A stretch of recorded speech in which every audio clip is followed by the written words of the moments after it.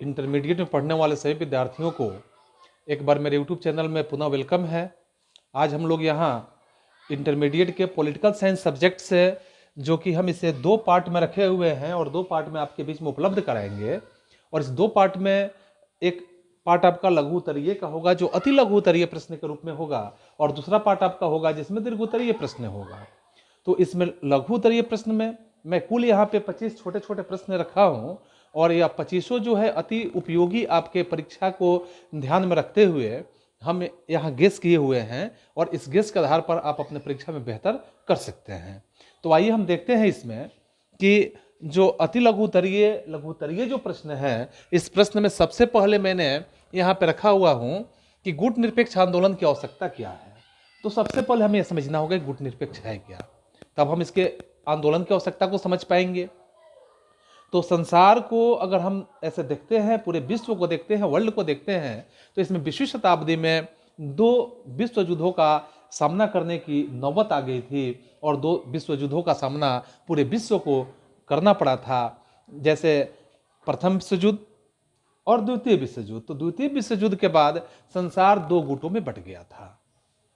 एक गुट अमेरिकी गुटों का था, और दूसरा जो था सोवियत रूसी गुटों का था।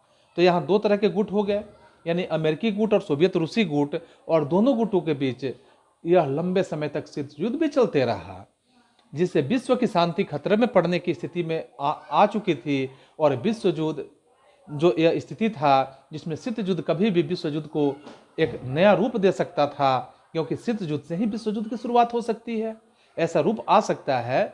इस आंदोलन को शिथिल करने के लिए ही गुट निरपेक्ष आंदोलन का शुभारंभ किया गया।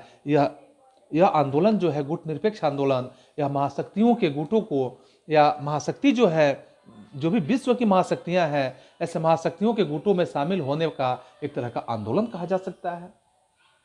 पुनः हम यहाँ दूसरे प्रश्न की बात करें, जैसे मैंने अभी शीत युद्ध की बात किया इसमें कि शीत युद्ध की स्थिति जो होता है विश्व युद्ध की स्थिति उत्पन्न कर सकता है। तो शीत युद्ध आखिर में है क्या, यह भी मैं एक प्रश्न यहाँ आपके बीच में रखा हूँ कि शीत युद्ध के अर्थों को स्पष्ट कीजिए। शीत युद्ध क्या है? तो शीत युद्ध को समझने के लिए जरूरी है कि अगर हम शीत युद्ध को समझते हैं तो आप गांव के एक सीधा साधा स्थिति को समझ सकते हैं, गांव में वैसे दशा को समझ सकते हैं। जैसे आप देखते हैं कि गांव में ग्रामीण महिलाओं के बीच में अक्सर लड़ाई झगड़े होते रहते हैं। लड़ाई झगड़े इस रूप से होते हैं, या पुरुषों के बीच में भी होते हैं, कि दिखाई देता है कि अब कुछ विशेष हो जाने वाला है। बातों की बौछार होने लगती है, शब्दों का फुहार शुरू हो जाता है, और ऐसे ढंग से स्थिति उत्पन्न होने लगती है कि लगता है कि अब बहुत वहां बड़ी परिस्थितियां उत्पन्न होने वाली है, मुश्किलें उत्पन्न होने वाला है, लेकिन ऐसा कुछ होता नहीं अंततः, यानी बातों बात में ही रह जाता है। तो कहा जा सकता है कि शीत युद्ध एक ऐसी स्थिति होती है जिसमें बातों की बौछार होती है, बातों को बहुत बढ़ा चढ़ा के लोग बात करते हैं, मार होने की स्थिति में आने लगते हैं।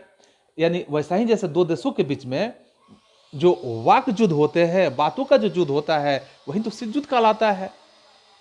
इसमें वातावरण जो होता है तनावपूर्ण स्थिति में आ जाता है, लेकिन युद्ध होता ही नहीं है। वातावरण इतना तनावपूर्ण दिखता है कि अब लगता है कि कुछ विशेष हो जाएगा, लेकिन युद्ध होता नहीं है। जैसे द्वितीय विश्व युद्ध की स्थिति को समझेंगे, इसकी समाप्ति से ही यहाँ शीत युद्ध की शुरुआत होती है। जब द्वितीय विश्व युद्ध का समाप्ति होता है तो शीत युद्ध का शुरुआत माना जाता है।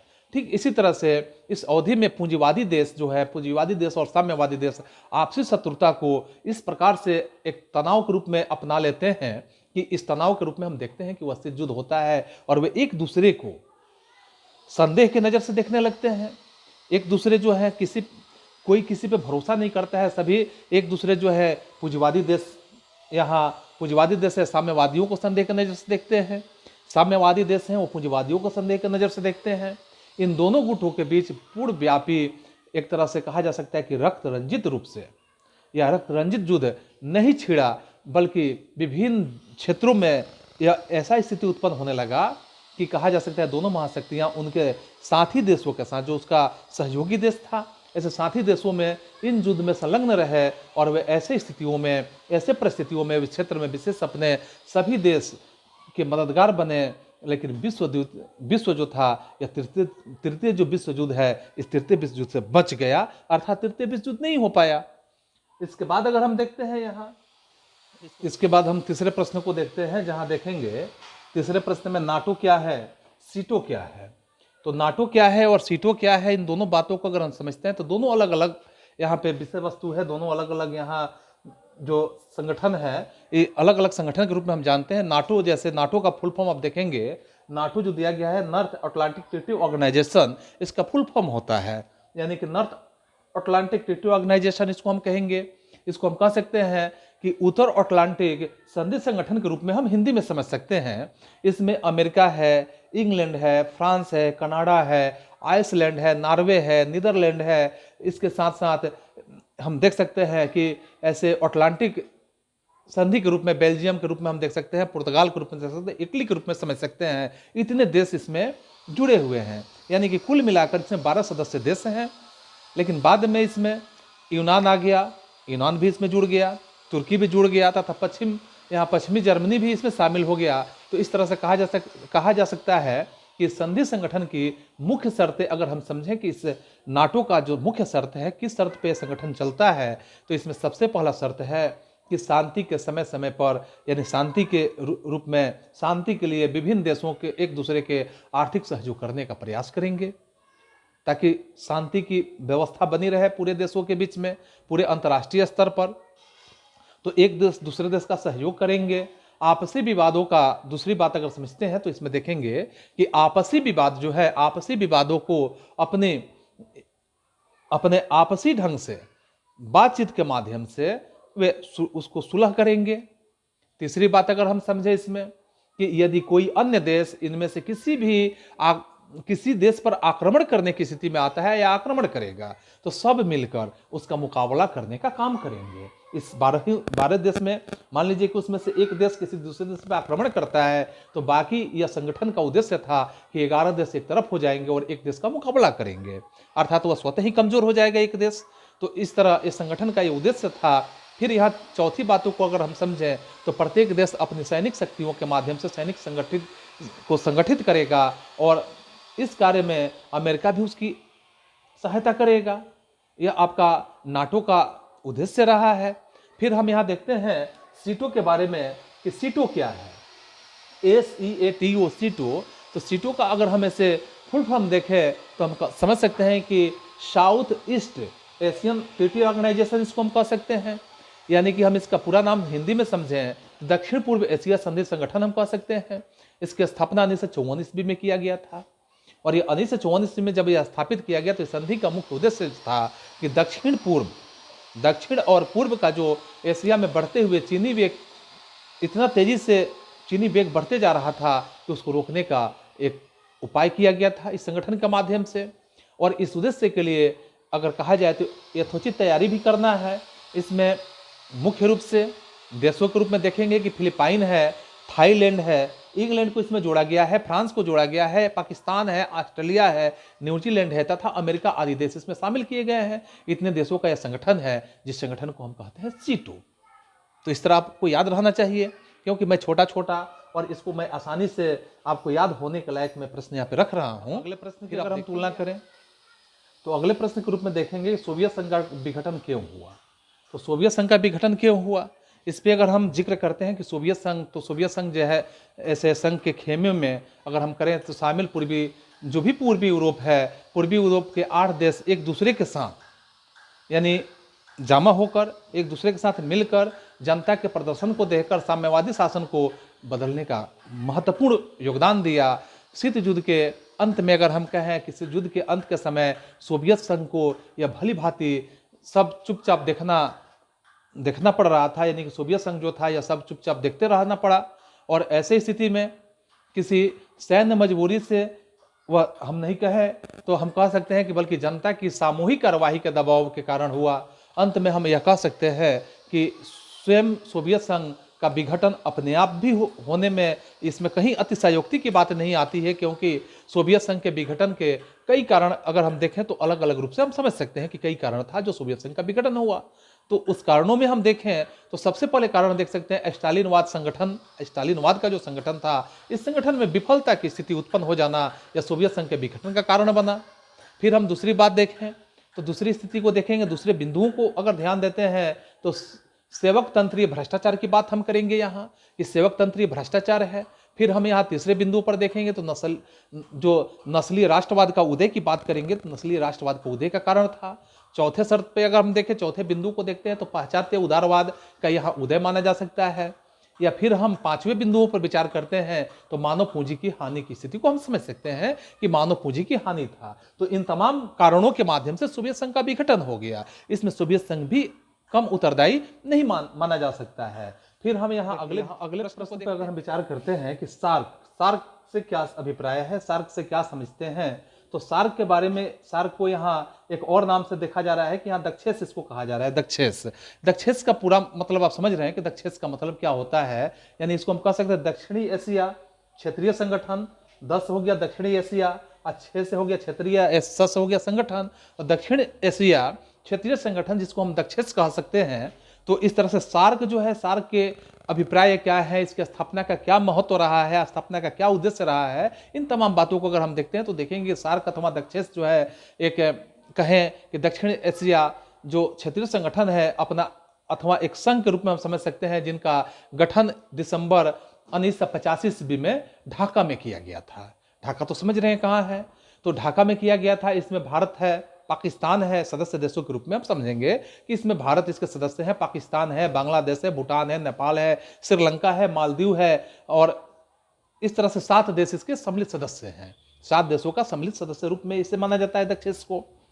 अब तक इसके 11 सम्मेलन हो चुके हैं, और 11 सम्मेलन के बाद प्रथम सम्मेलन जो हुआ था यह 8 दिसंबर 1985 ईस्वी को ढाका में किया गया, क्योंकि ढाका में इसका सम्मेलन यानी शुभारंभ भी किया गया, वहीं पे इसकी स्थापना भी किया गया, तो ढाका से इसका शुरुआत माना जाता है। ढाका में इसका शुरुआत किया गया है। अगर हम कहें कि इसकी स्थापना का उद्देश्य क्या था, किस लिए सार्क की स्थापना किया गया था, सार्क की स्थापना करने का उद्देश्य क्या था, तो इस बात को अगर हम समझें तो हम निश्चित रूप से कह सकते हैं कि दक्षिण एशिया के लोग जो थे, दक्षिण एशियाई के जो भी लोग थे, जो भी यहाँ की जनता थी, इसके कल्याण करने का कामना करना तथा उसके जीवन स्तर जो है उसकी सुरक्षा करना और उसमें सुधार लाने का प्रयास करना इस सार्क का महत्वपूर्ण उद्देश्य रहा है।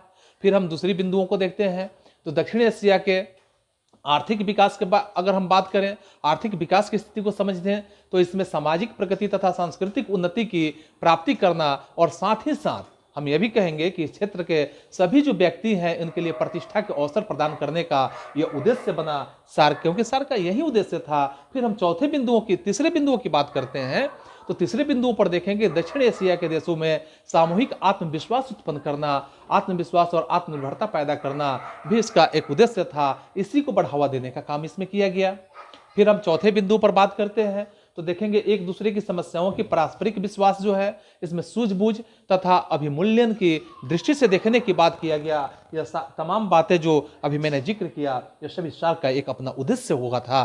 सार्क अपना एक उद्देश्य लेकर इस संगठन को स्थापित किया था और इसी को लेकर चला। बात करते हैं, अगले प्रश्न का जिक्र करेंगे तो इसमें है ताशकंद समझौता का उल्लेख करें। ताशकंद समझौता भारत के लिए एक बहुत ही महत्वपूर्ण समझौता माना जाता है, क्योंकि इसमें बहुत रहस्य छुपे हुए हैं। आगे आप पढ़ेंगे तो देखेंगे, लेकिन इसमें आपको लघु उत्तरीय प्रश्न है, इसलिए इसमें जानेंगे। ताशकंद समझौता भारत और पाकिस्तान के बीच में हुआ था, जो 1965 में हुआ था। इस युद्ध के बाद, जैसे 1965 में एक युद्ध हुआ, इस युद्ध के बाद दोनों देशों के बीच में एक संधि की गई, और इस संधि का उद्देश्य था कि दोनों देशों के बीच में आपसी संबंध स्थापित रहे, जिसे ताशकंद समझौता के नाम से कहा जाता है। यह ताशकंद समझौता आपके चीन देश में हुआ था, ताशकंद नामक जगह पे हुआ था। ताशकंद समझौता सोवियत संघ के प्रभाव से ही हुआ था, क्योंकि इस समझौता पर भारत के प्रधानमंत्री श्री लाल बहादुर शास्त्री थे तथा पाकिस्तान के जो राष्ट्रपति थे अयूब खां के हस्ताक्षर पर किए गए थे। और उसी समय 11 जनवरी 1996 ईस्वी को लाल बहादुर शास्त्री की हृदय गति रुकने से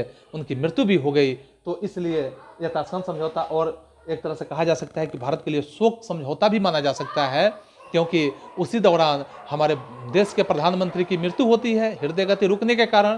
तो आगे हम इसके अगले प्रश्न को देखेंगे। अगला प्रश्न 7 के रूप में है कि निषेधाधिकार, जिसको हम वीटो कह सकते हैं, से आप क्या समझते हैं। तो निषेधाधिकार जो है, इसके बारे में अगर आप समझेंगे तो आप जानते हैं कि संयुक्त राष्ट्र संघ जो है, यानी कि सुरक्षा परिषद के कुल 15 सदस्य होते हैं। इसमें 5 सदस्य जो होते हैं अस्थायी सदस्य होते हैं, और 10 सदस्य जो होते हैं अस्थायी सदस्य होते हैं, जिसमें संयुक्त राष्ट्र संघ के यानी कि यह आपके सुरक्षा परिषद हुआ, इसमें जो 5 सदस्य अस्थायी होते हैं, यानी अस्थायी होने के बाद प्रक्रिया संबंधी विषयों पर कोई भी निर्णय तभी लिया जा सकता है जब 15 में से 9 सदस्य के सकारात्मक मत होंगे, तो ही कोई भी प्रक्रिया वहां विश्व स्तरीय लिया जा सकता है, अंतर्राष्ट्रीय स्तर पर लिया जा सकता है। यदि 9 सदस्य उसमें सकारात्मक मत में नहीं होंगे तो वैसे कोई भी निर्णय लेने का अधिकार जो होगा वो वंचित रह जाएगा।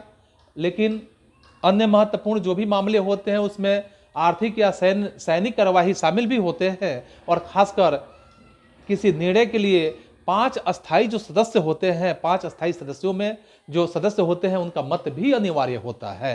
5 अस्थायी सदस्यों का मत होना अनिवार्य होता है। इस प्रकार किसी भी इस अस्थायी हम कह सकते हैं सदस्य का नकारात्मक मत होने की स्थिति में सुरक्षा परिषद जो होती है उसे कोई सक्षम कार्यवाही करने का अधिकार नहीं होता है। इसी को निषेधाधिकार कहा जा सकता है या वीटो के रूप में हम समझ सकते हैं। तो वीटो आप समझ गए कि 5 जो अस्थायी सदस्य है, फिर से आप इसको समझे बेहतर ढंग से कि 5 जो सुरक्षा परिषद के अस्थायी सदस्य उसमें से एक भी नकारात्मक नहीं होना चाहिए। किसी भी अंतर्राष्ट्रीय विषय पर जो बातें की जा रही हो, कोई भी अंतर्राष्ट्रीय विषय पर कोई मुद्दा उठाया गया हो, तो उसमें 5 के 5 जो सदस्य हैं वह यहाँ नकारात्मक विचारों में नहीं हो, तो निश्चित रूप से वही वीटो का अधिकार होता है। यदि वो 5 में से एक भी सदस्य नकारात्मक में चले जाते हैं तो वहाँ वीटो क्या होता है, उसका वीटो है, वीटो का पावर है कि वह चाहे तो उसको रोक सकता है, उस नियम को पारित होने से मना ही कर सकता है। फिर आप देखेंगे अगले प्रश्न में कि विश्व स्वास्थ्य संगठन क्या है, जिसको हम WHO के नाम से जानते हैं, वर्ल्ड हेल्थ ऑर्गेनाइजेशन हम कहते हैं कि वर्ल्ड हेल्थ ऑर्गेनाइजेशन विश्व स्वास्थ्य संगठन क्या है। तो विश्व स्वास्थ्य संगठन है कि जिसमें संयुक्त राष्ट्र की एक विशेष संस्था के रूप में हम समझ सकते हैं। यह संयुक्त राष्ट्र की एक विशेष संस्था है। इसकी स्थापना 1948 ईस्वी में की गई थी। इस संस्था का प्रमुख उद्देश्य है विश्व के सभी देशों के जो शारीरिक और मानसिक हम कह सकते हैं कि शारीरिक रूप से और मानसिक रूप से जो स्वास्थ्य में सुधार करने की स्थिति है, इसमें स्वास्थ्य में सुधार करना है।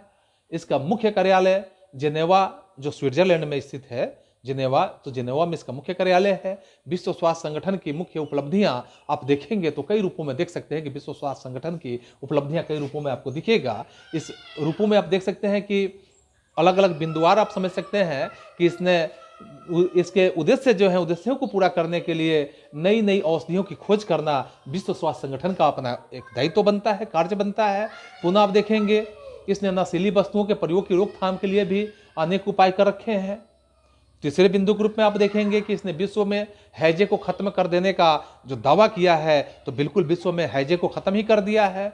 इसके बाद आप देखेंगे इसके अगले बिंदु के रूप में कि यह तपेदिक को खत्म करने के लिए भी प्रयत्नशील है। तपेदिक को भी यह एक दिन पूरे विश्व से समाप्त कर देगा। इसके बाद आप देखेंगे इसके अगले बिंदु में कि इसने संसार के देशों को BCG पेनिसिलिन के टीके भी भिजवाने का काम किया है। जो BCG पेनिसिलिन के टीके के माध्यम से विश्व स्तरीय, अर्थात यही विश्व स्वास्थ्य संगठन का कार्य है कि विश्व शांतिपूर्वक रहे, स्वस्थ रहे, मानसिक और शारीरिक रूप से स्वस्थ रहे। यह विश्व स्वास्थ्य संगठन का अपना एक उद्देश्य है जो पूरे विश्व स्तर पे काम करता है, WHO। तो अगले प्रश्न को हम देखते हैं, आतंकवाद क्या है। आतंकवाद एक नया शब्द नहीं है आपके लिए, क्योंकि आप विश्व के प्रत्येक देशों में देखेंगे या भारत के आप अलग अलग जगहों पे देख रहे हैं कि आतंकवाद की जो प्रवृत्ति इस प्रकार से बढ़ी हुई है आज के परिवेश में कि यह विश्व का कोई भी देश आतंकवाद से छूता नहीं रहा है। यह आतंकवाद है क्या, आतंकवाद किसे कहते हैं, अगर इन तमाम बातों को समझना है तो आतंकवाद का आशय ही बनता है कि राजनीतिक हिंसा से होता है। आतंकवाद एक राजनीतिक हिंसा है जिसमें निर्दयता पूर्वक जनता की हत्या कर दी जाती है। आतंकवाद जो है आज पूरे विश्व को प्रभावित कर रखा है। पूरा विश्व जो है आतंकवादी प्रवृत्ति से ग्रस्त है। अगर हम इसे अलग अलग बिंदुओं के रूप में समझें तो हम देखेंगे कि कोई राजनीतिक दल जो है राजनीतिक संदर्भ या स्थिति को नापसंद हो तो आतंकवाद समूह से बल प्रयोग की धमकी देकर बदल देना चाहता है। पुनः आप देखेंगे कि जनमत को आतंकित कर दिया जाता है। तो जनमत को आतंकित करने के लिए नागरिकों को निशाना बनाया जाता है। पुनः आप देखेंगे कि आतंकवादी जो होते हैं, आतंकवाद में नागरिकों में के असंतोष का इस्तेमाल किया जाता है। और पूर्ण रूप से आप देखें ऐसे कि जो आतंकवाद की स्थिति होती है तो इसमें देखेंगे कि राष्ट्रीय सरकारी अथवा संघर्षों के माध्यम से जो प्रसिद्ध उदाहरण होते हैं, जैसे विमान अपहरण की घटना आपके सामने दिखेगा। भीड़ भरी जगहों जैसे रेलगाड़ी जहाँ चलती हों, होटल हों, बाजार आदि पर बम से हमला कर दिया जाता है और वैसे जगहों पर खासकर ज़्यादा से ज़्यादा संख्या में लोगों की हत्या हो जाती है। यही तो आतंकवाद का एक अपना प्रवृत्ति होता है। आतंकवाद कोई जाति विशेष का नहीं होता है, बल्कि आतंकवाद एक स्वतः ही जाति होता है, क्योंकि आतंकवादियों के माध्यम से जो मरने वाली जातियां होती है वह कोई एक जाति की जाति नहीं मरती है, अर्थात उस जाति के भी लोग, जो आतंकवाद की जाति होता है उस जाति के भी लोग होते हैं तो उसके बम हमले में मारे जाते हैं। इसलिए आतंकवाद का अपना कोई जात और अपना कोई धर्म ही नहीं होता है, उसका मात्र एक अपना धर्म आतंकवाद होता है, दूसरा कोई नहीं होता है। तो इस तरह से आपने देखा आतंकवाद क्या है। फिर आप देखेंगे क्योटो प्रोटोकॉल से आप क्या समझते हैं। तो क्योटो प्रोटोकॉल का यहाँ सीधा फंडा आप समझेंगे, सीधा अर्थ समझेंगे कि क्योटो प्रोटोकॉल एक अंतर्राष्ट्रीय संधि के रूप में समझ सकते हैं कि एक अंतर्राष्ट्रीय संधि है। 1997 में जापान के शहर को आप देखेंगे, क्योटो में राष्ट्रों के मध्य सहमति के परिणाम स्वरूप यह अस्तित्व में आते हुए नजर आया। इस संधि के द्वारा विकसित देशों ने वर्ष 2012 ईस्वी तक यहाँ 1990 के स्तर से 5% कार्बन उत्सर्जन की कटौती की सहमति पर जो सहमति था, यह सहमति व्यक्त की गई थी। यह संधि इस रूप में लाया गया था कि जलवायु परिवर्तन के उपायों से संबंधित यह संधि था, इसलिए जलवायु परिवर्तन से संबंधित उपायों को इसमें लाया जाए। इस संधि का यानी क्योटो प्रोटोकॉल का मुख्य उद्देश्य था। फिर आप यहां देखेंगे लिख रखा है कि विश्व बैंक के कार्यों को लिखे। विश्व बैंक आप समझ रहे हैं कि विश्व बैंक क्या है, विश्व बैंक के कार्यों को लिखे। तो विश्व बैंक यानी कि एक अंतर्राष्ट्रीय बैंक है, यानी विश्व बैंक के अगर हम कार्य की बात करते हैं कि कार्यों को लिखे, तो हम इसके कार्यों को कह सकते हैं कि विश्व बैंक के प्रमुख कार्य निम्न हैं, जो अलग अलग रूपों में हम अलग अलग बिंदु के रूप में देख सकते हैं, बिंदुवार इसको समझ सकते हैं कि द्वितीय विश्व युद्ध के बाद अगर आप देखेंगे पूरे विश्व के विभिन्न देशों की जो स्थिति था, यहाँ पर्याप्त बर्बादी हुई थी और उन देशों के पुनरुद्धार करने के लिए 1945 में विश्व बैंक की स्थापना करने का एक लक्ष्य रखा गया। पुनः दूसरे बिंदु में देख सकते हैं कि इस बैंक का जो कार्य क्षेत्र है वह विकासशील देश ही है, जो उसके विकास के लिए धन की अगर हम कहें कि धन उपलब्ध कराता था। और तीसरा बिंदु अगर हम देखें कि यह बैंक मानवीय विकास यानी शिक्षा स्वास्थ्य के रूप में आप देखें कि मानवीय विकास, कृषि और ग्रामीण विकास, सिंचाई और ग्रामीण सेवाएं जो आपको देखने के लिए मिलेगा कि ऐसे ग्रामीण सेवाओं में यह कार्य करने का कार्य करता है विश्व बैंक। फिर आप चौथे बिंदुओं पर देखेंगे कि पर्यावरण की सुरक्षा के दृष्टि से, जो पर्यावरण की सुरक्षा है, तो सुरक्षा की दृष्टि से प्रदूषण की कमी हो, नियमों का निर्माण, उन्हें लागू करना, इन तमाम कार्यों में अभिरुचि लेने का काम विश्व बैंक करता है। पुनः पांचवें बिंदुओं पर अगर आप तर्क करें कि पांचवें बिंदु जो है यह आधारभूत ढांचा, जैसे आधारभूत ढांचा में सड़क हो गया, शहरी विकास हो गया, बिजली हो गया, इसमें सुधार लाने का काम विश्व बैंक का होता है। पुनः आप छठे बिंदु पर देखेंगे कि विभिन्न देशों के सुशासन, जो भी विभिन्न देश हैं उस देशों में सुशासन की स्थापना करना, जैसे कदाचार का विरोध, या अगर हम कहें कदाचार के विरोध के साथ साथ कह सकते हैं कि यहाँ विधिक संस्थाओं का विकास भी करना, यह विश्व बैंक के कार्य में निहित है, विश्व बैंक के कार्यों में जोड़ा गया है। फिर आप यहाँ सातवें बिंदुओं पर देखेंगे कि अपने सदस्य देशों को अब आसान ऋण देने के लिए, जो भी इसके सदस्य देश है, आसान ऋण देने के लिए एक तरह का अनुदान देने का काम करता है। और आर्थिक यानी अधिक गरीब जो देश होते हैं वैसे देशों के लिए दिए गए अनुदान वापस कभी नहीं लिया जाता है, क्योंकि वैसे एक बहुत गरीब देश को जब अनुदान दे दिया जाता है तो विश्व बैंक उसे फिर रिटर्न नहीं लेता, उसे दान स्वरूप छोड़ देता है। तो यह विश्व बैंक के कार्य होते हैं। पुनः हम अगले बिंदु पर देखते हैं विश्व बैंक के बाद, यानी कि देखेंगे कि वैश्वीकरण के संदर्भ में भारत की भूमिका क्या रही है। तो वैश्वीकरण आप समझ रहे हैं, ग्लोबलाइजेशन, तो ग्लोबलाइजेशन जो है इसमें भारत की भूमिका क्या रही है, भारत का क्या यहाँ पे स्थान रहा है, इसके बारे में हम देखेंगे कि 20 जुलाई 1991 ईस्वी में जो नई औद्योगिक नीति की घोषणा जब किया गया, तो नई औद्योगिक नीति की घोषणा किए जाने के साथ ही भारत में आर्थिक जो स्थिति है, आर्थिक सुधार है तथा उसका उदारीकरण नीति का सूत्रपात यहाँ पे किया गया था। जनवरी 1995 ईस्वी में भारत में जो प्रस्ताव है, इस प्रस्ताव को स्वीकार कर लिया गया और उसी दिन विश्व व्यापार संगठन की स्थापना भी हुई। 26 सितंबर 2000 ईस्वी को प्राग में विश्व बैंक और अंतर्राष्ट्रीय मुद्रा कोष की वार्षिक बैठक में मुद्रा कोष के प्रबंधक, विश्व बैंक के अध्यक्ष तथा भारत के वित्त मंत्री यशवंत सिन्हा, उस समय भारत के वित्त मंत्री थे, तो यशवंत सिन्हा ने विश्व के गरीब गरीबों का जीवन स्तर उठाने का आह्वान किया तथा विश्वव्यापीकरण यानी वैश्वीकरण अपनाने पर विशेष बल दिया, विशेष जोर दिया। तो इस तरह से आप देखेंगे वैश्वीकरण की स्थिति भारत में किस प्रकार इसका प्रभाव रहा। पुनः हम अगले प्रश्नों पे तो यहाँ पाएंगे कि जैसे संविधान सभा ने भारतीय भाषा के प्रश्न का समाधान कैसे किया। तो संविधान सभा ने भारतीय भाषा के प्रश्न का समाधान कैसे किया, इस बात को अगर हमें समझना है तो सबसे पहले इस बात को समझना होगा कि भारत जो है यह बहुत ही विविध भाषा भाषी वाला देश है। यहाँ कई तरह के भाषा बोलने वाले लोग निवास करते हैं। अलग अलग प्रांतों में देखेंगे कि एक ही प्रांत में कई तरह की भाषाएं बोली जाती है। बहुभाषी स्वरूप ने संविधान सभा के सदस्यों के सामने बहुत बड़ी एक कठिनाई उत्पन्न कर दिया। इतनी बड़ी कठिनाई उत्पन्न हुआ कि भारत के अनेक महत्वपूर्ण जो समस्याएं थी, उन समस्याओं को ही की ही तरह तरह से अगर कहा जाए कि भाषा की समस्या में महत्वपूर्ण एक समस्या मानी जा सकती है, जिसका संविधान सभा को एक तरह से हल निकालने का काम था कि संविधान सभा इसका हल निकाले तो कैसे निकाले। यह बहुत मुश्किल प्रश्न था। तो इस तरह से इस समस्या का ऐसा हल ढूंढने का प्रयास किया गया जिसे सभी सामान्य रूप से स्वीकृत भी कर ले। पूरे जो अलग अलग प्रांत के लोग हैं, जो क्षेत्र के हिसाब से क्षेत्रीयता की भाषा पे विशेष बल देते हैं, तो सभी लोग इस बातों को समझ सके, सभी लोग इस बातों को स्वीकार भी कर सके।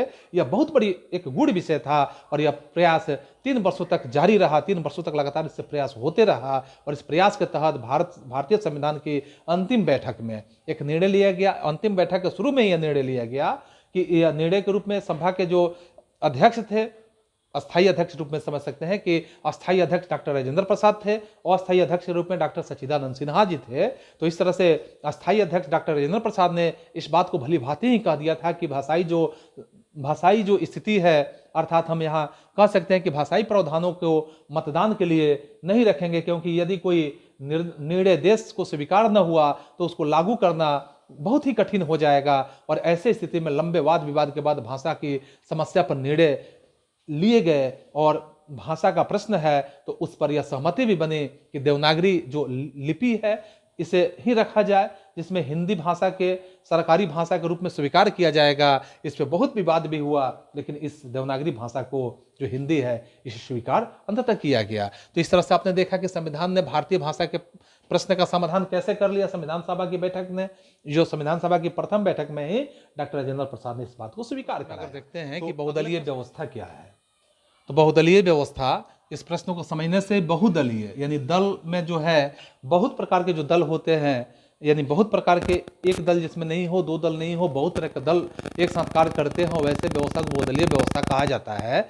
तो भारत में बहुदलीय पद्धति विद्यमान है, क्योंकि 1977 ईस्वी में जनता पार्टी के गठन के बाद राजनीतिक दल जो था, राजनीतिक दलों के ध्रुवीकरण की संभावना जब बिल्कुल ही बढ़ गई थी, परंतु अगर हम कहें कि कांग्रेस एवं जनता के बीच में जनता पार्टी में विभक्त हो जाने पर फिर एक नई परिस्थिति उत्पन्न हो गई और अतः भारत जो है, भारत को बहुदलीय पद्धति वाला देश भी कहा जा सकता है।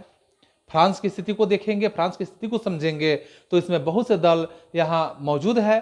भारतीय संविधान या भारतीय संसद और राज्य विधानमंडल के विभिन्न दलों के राजनीतिक दल हैं। इस राजनीतिक दल में आप देखेंगे कि विभिन्न तरह के राजनीतिक दल इसमें विद्यमान है, मौजूद हैं। अखिल भारतीय राजनीतिक दलों की संख्या तो कम है, परंतु क्षेत्रीय दल जो हैं इसकी संख्या बहुत ही अधिक है। परिणाम यह होता है कि विभिन्न राज्यों के विभिन्न दलों के सरकारें यहाँ पे निश्चित है और केंद्र में भी कई दलों के गठबंधन की सरकार बनी हुई है। और जैसे आप केंद्र में भी देखेंगे, राज्य में भी देखते हैं कि कई दल मिलकर आपस में गठबंधन करके और सरकार का निर्माण करते हैं। ये इस तरह से हम कह सकते हैं कि बहुदलीय व्यवस्था भारत में विद्यमान है। फिर यहाँ अगले प्रश्न में है सी राजगोपालाचारी पर टिप्पणी लिखने की बात। तो सी राजगोपालाचारी पर टिप्पणी कैसे लिखेंगे, सी राजगोपालाचारी क्या थे, यानी कि इनका जन्म के बारे में अगर हम देखें कि इनका जन्म जो था 1878 ईस्वी में हुआ था। वे कांग्रेस के एक वरिष्ठ नेता और साहित्यकार के रूप में जाने जा सकते हैं। राष्ट्रपिता महात्मा गांधी के वे बहुत ही प्रिय या करीबी कार्यकर्ता के रूप में भी कहे जा सकते हैं। वह देश के प्रति, देश के निर्माण करने वाली जो संविधान सभा थे, उस संविधान सभा के वे एक सदस्य के रूप में जाने जाते हैं। 1948 से लेकर 1950 ईस्वी तक उन्हें स्वतंत्र भारत के प्रथम भारतीय गवर्नर जनरल बनने का सौभाग्य मिला हुआ था। फिर यहाँ देश की स्वतंत्रता जो है, इस स्वतंत्रता के बाद देश की अंतरिम सरकार में वह मद्रास के मुख्यमंत्री भी बने। फिर वह भारत रत्न से भी सम्मानित हुए और भारत रत्न सम्मानित होने वाले अगर कहे जाए तो प्रथम भारतीय थे, प्रथम व्यक्ति थे। और उन्होंने 1959 ईस्वी में स्वतंत्र पार्टी का भी गठन किया और 1972 ईस्वी में उनका स्वर्गवास भी हो गया। तो इस तरह से श्री राजगोपालाचारी के बारे में आपने समझा कि श्री राजगोपालाचारी क्या थे। फिर अगले प्रश्न को आप देखें, श्वेत और हरित क्रांति क्या है। श्वेत क्रांति और हरित क्रांति, तो ये क्रांति का मतलब यहाँ क्रांति नहीं है, लड़ाई नहीं है, झगड़े नहीं है, किस तरह का फसाद नहीं है। यहाँ पे दो बातें हैं, एक बात आपका है श्वेत और दूसरा है हरित। तो श्वेत क्रांति का मतलब क्या है, हरित क्रांति का, तो श्वेत क्रांति जो है दुग्ध उत्पादन से संबंधित है, हरित क्रांति जो है आपके फसल से संबंधित है। यानी कि सबसे पहले आपका एक इसमें श्वेत क्रांति के रूप में आप देखेंगे एक इतिहास के तौर पे कि गुजरात के एक आणंद शहर है, ये आणंद शहर में सरकारी दूध उत्पादन का एक आंदोलन शुरू किया गया और इस आंदोलन में इसे एक अमूल के नाम से पुकारना शुरू किया गया। अमूल नाम से यह पुकारना शुरू हुआ। भारत का प्रत्येक नागरिक अमूल दूध, अमूल घी, इसके साथ साथ अमूल मक्खन, अमूल पनीर से परिचित है। अमूल के उत्पादन के पीछे अगर हम कहें सरकारी डेयरी की एक पूरी कहानी है और सरकारी डेयरी की शुरुआत करने का श्रेय जो वर्गीज कुरियन को माना जाता है कि इसका शुरुआत करने वाला वर्गीज कुरियन था, जिसे मिल्कमैन के नाम से, मिल्कमैन ऑफ इंडिया के नाम से जाना जाता है। उससे अगर कहें हम कि उसने दूध उत्पादन का जो एक सहकारी संघ को स्थापित किया था, इसमें अब तक 25 लाख से अधिक दूध उत्पादक जुड़े हुए हैं और यह एक ऐसी स्थिति बनी हुई है कि यहाँ एक ग्रामीण विकास कार्यक्रम के रूप में यह आरंभ किया गया था। और साथ साथ यह भी हम देख सकते हैं कि यह दूध उत्पादन का एक सहकारी संघ है जो दूध उत्पादक से संबंधित बेरोजगारों को यानी रोजगार की व्यवस्था करने का कार्य करता है। इसके साथ ग्रामीण लोगों को रोजगार प्राप्त करने की भूमिका भी यह उपलब्ध कराता है। दूध उत्पादन की वृद्धि के कारण इसे अगर कहें कि श्वेत क्रांति के नाम से भी हम इसे पुकारते हैं। फिर आप हरित क्रांति की बात करते हैं कि हरित क्रांति क्या है, तो हरित क्रांति 1960 ईस्वी के दशक में कृषि उत्पादन को बढ़ावा देने के लिए या कृषि उत्पादन की बढ़ावा की दृष्टि से आरंभ की गई थी। इसे निम्न अगर हम रूपों से समझें, निम्न प्रकार से समझें तो हम देख सकते हैं कि भारत को खाद्यान्न उत्पादन में आत्मनिर्भर की प्राप्ति करना इसका एक लक्ष्य था। फिर आप देखें किसानों के जीवन स्तर में सुधार लाना भी इसका एक लक्ष्य था। तो इस तरह से हरित क्रांति का अपना एक महत्वपूर्ण लक्ष्य के रूप में देखा जा सकता है। पुनः आप अगले प्रश्न आप कि गुट निरपेक्षता से आप क्या समझते हैं। तो गुट निरपेक्षता से आप क्या समझते हैं, गुट निरपेक्षता क्या है।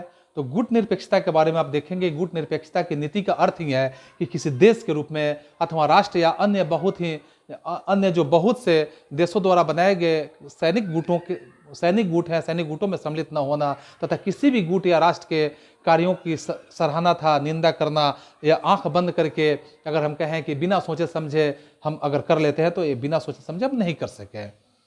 जब कोई राष्ट्र अथवा देश किसी गुट में सम्मिलित हो जाता है तो उस गुट की प्रत्येक जो कार्रवाई होता है उस कार्रवाई राष्ट्र अथवा देश के अगर हम कहें कि उसको उचित राष्ट्र अथवा देश किसी में सम्मिलित हो जाता है तो उस गुट की प्रत्येक कार्यवाही को उचित ही बताना पड़ता है, चाहे वह अनुचित ही क्यों न हो, चाहे वह वास्तव में उचित हो या अनुचित हो। ऐसा माने अगर कहें कि कोई जरूरी नहीं कि उचित ही हो, वास्तविकता यहाँ पे यह होता है कि गुट निरपेक्षता की नीति अपनाने वाला राष्ट्र अपने लिए एक स्वतंत्र विदेश नीति का निर्धारण भी करता है। वह राष्ट्र अच्छाई या बुराई, उचित या अनुचित की बात अगर हम करें कि उचित या अनुचित का निर्णय स्वविवेक के आधार पर करता है, न कि किसी गुट अथवा बड़े राष्ट्र के दबाव में आकर करता है। तो इसे हम कहते हैं गुट निरपेक्षता ही इसे हम कहेंगे। देखेंगे कि बिहार आंदोलन पर टिप्पणी लिखें।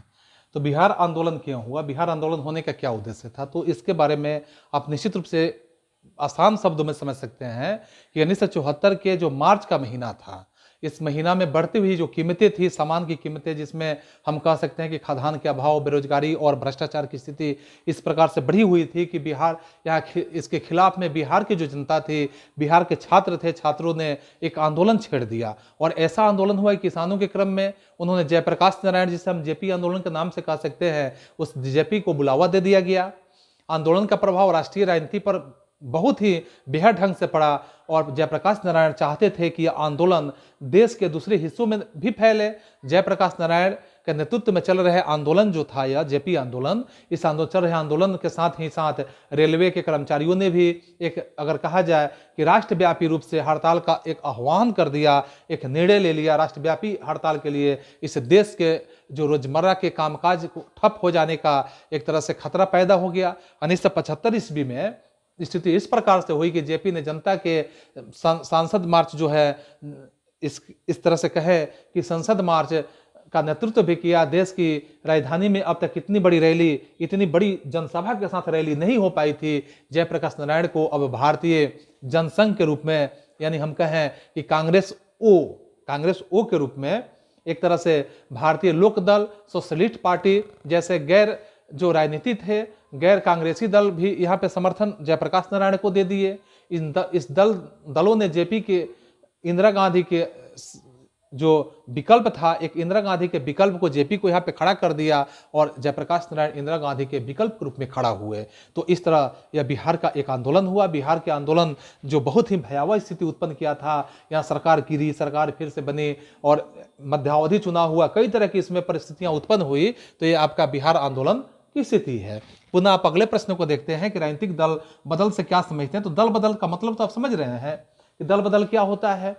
अगर कोई व्यक्ति एक दल में है, उससे मतांतर हो जाता है, मत भिन्नताएं हो जाती है और दूसरे दल में चला जाता है, तो दल बदल यानी पहले दल बदल की जो प्रक्रियाएं होती थी इस प्रकार से होती थी कि जिसको जो दल पसंद आता था किसी दूसरे दल में जीतता था, दूसरे दल में चला जाता था। लेकिन अब दल बदल की प्रक्रिया पे यहाँ नेताओं के लिए एक मुश्किल पैदा कर दिया गया, मुश्किल घड़ी ला दिया गया है कि जो भी व्यक्ति अगर किसी पार्टी से जीत कर जाता है तो दूसरे पार्टी में जाने के लिए अगर जाएगा तो उसकी सदस्यता रद्द कर दी जाएगी यदि उसके पास 2/3 बहुमत नहीं हो। यानी किसी पार्टी में 2/3 बहुमत के साथ हम दूसरे पार्टी में जा सकते हैं, दूसरे पार्टी का निर्माण कर सकते हैं। हम अकेले स्वतंत्र रूप से किसी दूसरे पार्टी से इधर उधर जाना चाहते हैं तो हम वहाँ पे निरस्त हो जाते हैं। तो ये दल बदल जो है, राजनीतिक दल बदल से आप क्या समझते हैं, इस पर अगर हम विचार करते हैं, इससे प्रकाश डालते हैं, तो जब किसी दल के सदस्य जब चुनाव से पहले या निर्वाचन होने के बाद अपने राजनीतिक दल को छोड़कर दूसरे दल में शामिल हो जाता है तो ऐसे स्थिति को दल बदल के नाम से जाना जाता है।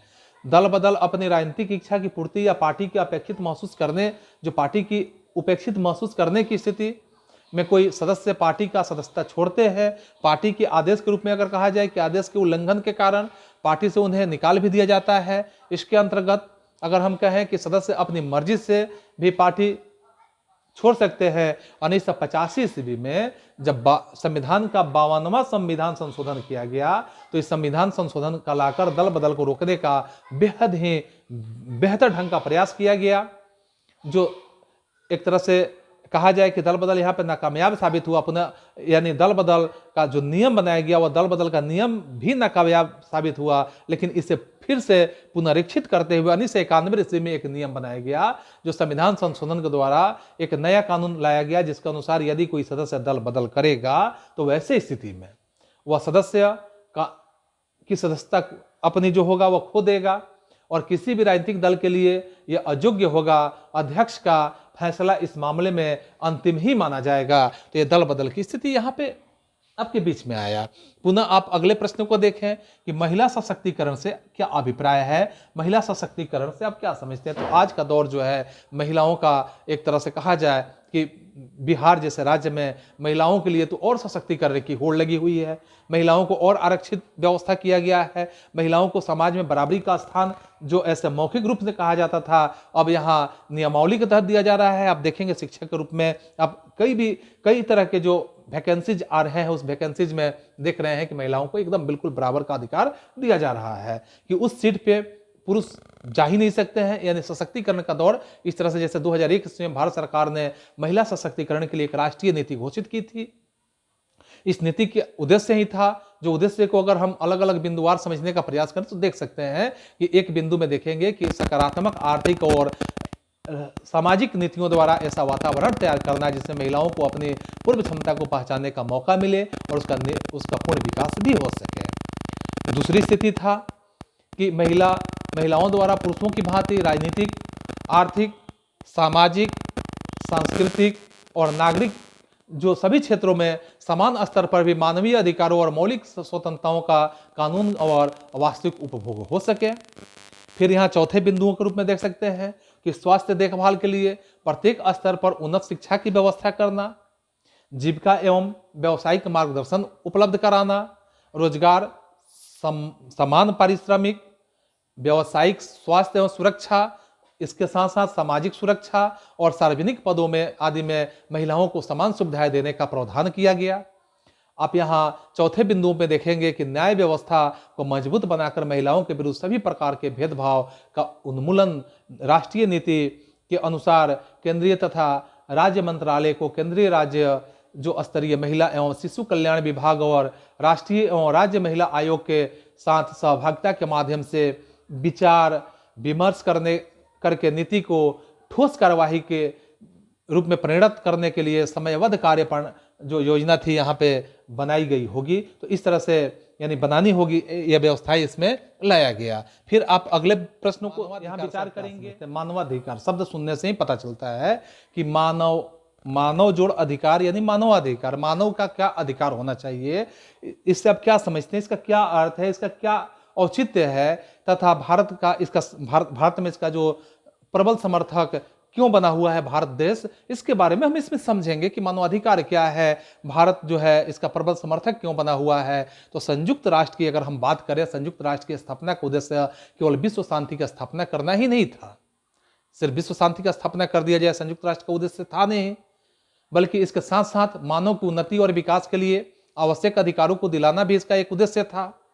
इसी कार्य के लिए संयुक्त राष्ट्र की जो आर्थिक और जो सामाजिक परिषद है, उन्होंने आर्थिक और सामाजिक परिषद के माध्यम से 1946 मानव अधिकारों की समस्या को लेकर एक आयोग की नियुक्ति की गई। और इस आयोग के माध्यम से, इस आयोग की रिपोर्ट के अनुसार संयुक्त राष्ट्र की महासभा ने 10 दिसंबर 1948 ईस्वी को एक मानव अधिकारों का घोषणा पत्र, जिसे हम कह सकते हैं कि चार्टर ऑफ ह्यूमन राइट्स, स्वीकार कर लिया गया। यानी मानव अधिकारों का घोषणा पत्र चार्टर ऑफ ह्यूमन राइट्स के रूप में इसे स्वीकार किया गया। और इस प्रकार से वे अपने नागरिकों के अधिकारों के आदर भी करेगी, और साथ साथ मानव अधिकार वे अधिकार है जो कि मानव होने के नाते अवश्य ही प्राप्त होने चाहिए। ये अधिकार प्रत्येक व्यक्ति को जाति के रूप में, धर्म के रूप में, भाषा के रूप में या भाषा के भेदभाव के बिना यह मिलना भी चाहिए। इसके अगर हम विशेषताओं को समझते हैं, इसके हम कारणों को देखते हैं, तो अलग अलग बिंदुवार हम समझ सकते हैं कि भारत मानव अधिकार का प्रबल समर्थक है। यह समर्थक होने का क्या कारण है, तो भारत का यह मानना है कि आधुनिक युग जो है, इस युग में कोई भी स्वतंत्र और लोकतांत्रिक देश मानव अधिकारों के बिना न तो वह प्रगति कर सकता है और न ही उस देश में शांति स्थापित भी की जा सकती है, और भारत के लिए तो आवश्यक हो जाता है। पुनः अगर हम दूसरे बातों को देखें तो मानव अधिकार ऐसे अधिकार है कि मानव की उन्नति और प्रगति के लिए यह अति आवश्यक और महत्वपूर्ण पहलू बन जाता है। फिर आप तीसरे बिंदुओं पर देखें तो भारत आज विश्व शांति तथा समानता के उत्थान में विश्वास रखता है, इसलिए मानव अधिकार का प्रबल समर्थन करता है। तो इस तरह आपने देखा यहाँ मानव अधिकार से क्या समझते हैं, भारत इसका प्रबल समर्थन, पुरजोर समर्थन क्यों करता है। फिर आप देखें अगले भारत में सांप्रदायिकता की चुनौती को लिखें। तो भारत में सांप्रदायिकता की चुनौती किस प्रकार की है, आप ऐसे निश्चित रूप से देख सकते हैं कि भारत में सांप्रदायिकता जो है, इसकी चुनौती किस रूप में है। तो इसमें भारत में हिंदू, मुस्लिम, सिख, ईसाई, पारसी इत्यादि अनेक धर्म के लोग निवास करते हैं। प्रत्येक धर्म के अनेक संप्रदाय पाए जाते हैं।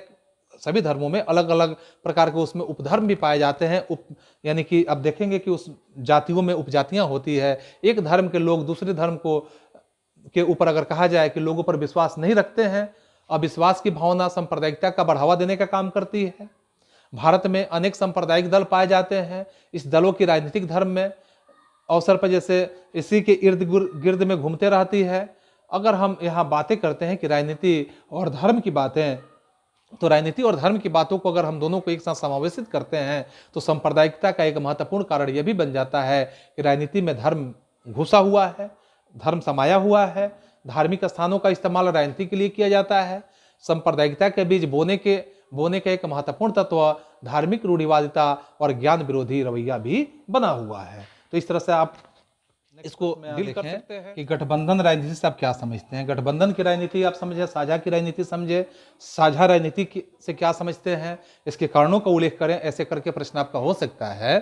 तो आप इसमें देखेंगे कि वह राजनीति जिसमें चुनाव के पहले अथवा बाद में आवश्यकता के अनुसार दलों में सरकार का गठन या किसी अन्य दल जो होते हैं, जिसमें अन्य मामले जैसे राष्ट्रपति चुनाव में आपसी सहमति बन जाए और समांतर स्वीकृत जो न्यूनतम पद होते हैं, न्यूनतम साझे होते हैं कार्यक्रम के अनुसार, देश में राजनीति विरोधी रूप जो होते हैं, इसमें हम कह सकते हैं कि देश में राजनीति करें और ऐसी राजनीति को गठबंधन का राजनीति कहते हैं। अर्थात आप सीधे शब्दों में देखेंगे कि एक पार्टियां जब सरकार नहीं बनाती है, दूसरी पार्टियां जो होती है उसका भी सीट कम होता है। जब तक 2-3 पार्टियां क्षेत्रीय पार्टी हो, अगर वे सरकार के साथ 1-2 पार्टी जब साथ में मिल जाए तो सरकार बन सकता है। और ऐसे स्थिति को गठबंधन राजनीति के नाम से जाना जाता है। चाहे वह किसी भी राज्य का सरकार हो, केंद्र का सरकार हो, ऐसे सरकार बनाने के लिए चुनाव से पहले या चुनाव के बाद जब 2-3 पार्टियां एक साथ मिलकर सरकार बनाने का काम करती है तो वैसे राजनीति को गठबंधन की राजनीति कहा जाता है। अर्थात अगर हम कहें कि इसे अलग अलग बिंदु के रूप में देखेंगे कि राजनीति गठबंधन की जो राजनीति है, इस राजनीति में जैसे 1973 ईस्वी में आप देखेंगे कि 1973 ईस्वी के चुनाव के बाद कुछ प्रांतों में कांग्रेस ने संयुक्त सरकार बनाई थी।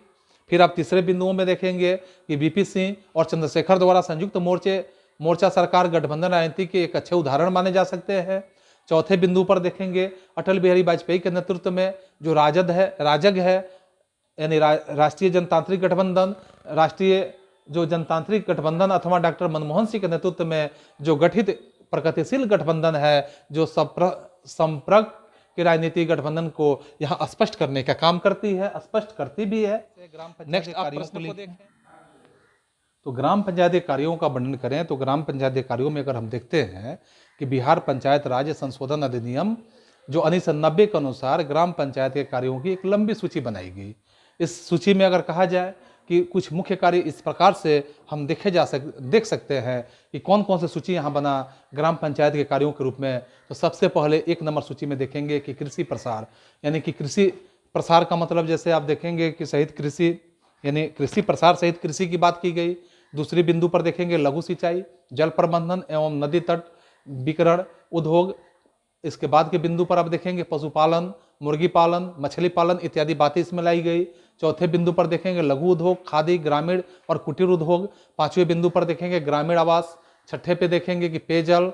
7वें पे ईंधन एवं चारा। 8वें पे पथ पुल, पुलिया, घाट, मेला, औषधालय, परिवार कल्याण, शिशु और महिला, विकलांग, ऐसे करके आप देखेंगे कि कमजोर आदि वर्गों का कल्याण यहाँ लाया गया। इसके बाद अगले बिंदुओं पर शिक्षा, पुस्तकालय, सांस्कृतिक कार्यक्रम ये सब लाया गया। इसके बाद आप देखेंगे 11वें बिंदु पर कि लोक वितरण की व्यवस्था की गई। 12वें बिंदु पर देखेंगे कुओं के रूप में, तालाबों के रूप में, पोखरों का निर्माण करने के रूप में यह इस पे विशेष जोर दिया गया। फिर आप देखेंगे अगले बिंदुओं में कि कृषि ऋण की सुविधा बढ़ावा देने की बात की गई और गरीबी दूर करने के उपाय या गरीबी का उन्मूलन करने का उपाय किया गया। फिर आप अगले बिंदु पर देखेंगे महामारी के संबंध में कि महामारी तथा संक्रमण रोगी का नियंत्रण एवं निवारण करने की बात की गई। अगले बिंदु पर देखें तो यहाँ सरकार के निर्देश के अनुसार ग्रामीण विकास योजनाओं को यहाँ कार्यान्वित, ग्रामीण विकास जो कार्यक्रम है इसके नियंत्रण का निवारण करने का कार्य किया गया। फिर अगले बिंदुओं पर देखें तो सरकार के निर्देश के अनुसार ग्रामीण विकास योजनाओं का कार्यान्वित करना भी इसका एक लक्ष्य रखा गया। और अंतिम बिंदुओं पर जब देखेंगे तो अन्य कार्य को समय समय पर सरकार सौंपे, ऐसे कार्यों का यहाँ पे चर्चा किया गया। फिर अगले प्रश्नों को हम देखेंगे और अंतिम प्रश्न जो है इसके बाद भारतीय नागरिकों के मौलिक कर्तव्यों का वर्णन। तो भारतीय नागरिकों के मौलिक कर्तव्य क्या है? मौलिक कर्तव्य आप समझ रहे हैं, जैसे मौलिक अधिकार होते हैं और मौलिक कर्तव्य होते हैं, यानी कि जो अगर हम कहें कि मौलिक कर्तव्य में जो एक फंडामेंटल ड्यूटी जो होता है कि भारतीय नागरिकों को मौलिक कर्तव्य निम्न प्रकार से उल्लेखित किए गए हैं। सबसे पहले अगर हम देखते हैं तो संविधान का पालन करना तथा राष्ट्रीय झंडे और राष्ट्रगान का आदर करना यह हर व्यक्ति का एक मौलिक कर्तव्य बनता है। फिर आप दूसरे बिंदुओं पर देखें कि राष्ट्रीय आंदोलन को प्रोत्साहित करने वाले आदर्शों का पालन करना भी हमारा मौलिक कर्तव्य बनता है। फिर अगले बिंदुओं पर देखें कि देश की रक्षा करना और राष्ट्र की सेवा के लिए हमेशा तत्पर रहना भी हमारा एक मौलिक कर्तव्य है। फिर अगले बिंदु देखें कि सभी जो भेदभाव है समाप्त करके भाईचारे को बढ़ावा देना भी हमारा एक मौलिक कर्तव्य बनता है। अगले बिंदुओं को देखें तो भारतीय संस्कृति की रक्षा करना भी हमारा मौलिक कर्तव्य बनता है, या पुनः वन का, झील का, नदी का, जंगली जीवों की रक्षा करना भी हमारा मौलिक कर्तव्य बनता है। फिर देश की संप्रभुता के बारे में, एकता के बारे में, अखंडता की रक्षा करने के बारे में, यह तमाम बातें हमारे मौलिक कर्तव्य के एक हिस्से बन जाते हैं। सार्वजनिक संपत्ति की रक्षा करना भी हमारा मौलिक कर्तव्य होता है। वैधानिक दृष्टिकोण को बढ़ावा देना भी मौलिक कर्तव्य होता है। पुनः राष्ट्र के अधिकतम विकास के लिए प्रयत्नशील रहना भी मौलिक कर्तव्य है। माता पिता को उत्तरदायित्व यह बनता है कि जो भी बच्चा 6 से 14 वर्ष के तक के बच्चे होते हैं उसे शिक्षा के लिए अवसर प्रदान करें, यह माता पिता का एक दायित्व बनता है, उनका मौलिक कर्तव्य बनता है। तो इस तरह से हमने देखा यहाँ जो मैंने पहले भी वर्णन किया कि हम इसे 2 सेट में रखे हुए हैं। पहले सेट में सभी लघु उत्तरीय प्रश्न रखे हुए हैं और दूसरे सेट में इसके दीर्घ उत्तरीय प्रश्न है। इतने प्रश्नों को यदि आप बेहतर ढंग से देख लें तो मुझे उम्मीद है कि परीक्षा के 100% सफलता की गारंटी होगी, 100% सफल आप होंगे, यह मेरा पूर्ण विश्वास है। तो आप इसको एक बार पुनः देखें, और यदि अभी तक मेरे चैनल को सब्सक्राइब नहीं किया तो निश्चित सब्सक्राइब कर लें, क्योंकि हर तरह के वीडियोज आपको आपके क्लास से संबंधित होगा, इसका आपको लाभ मिलते रहे।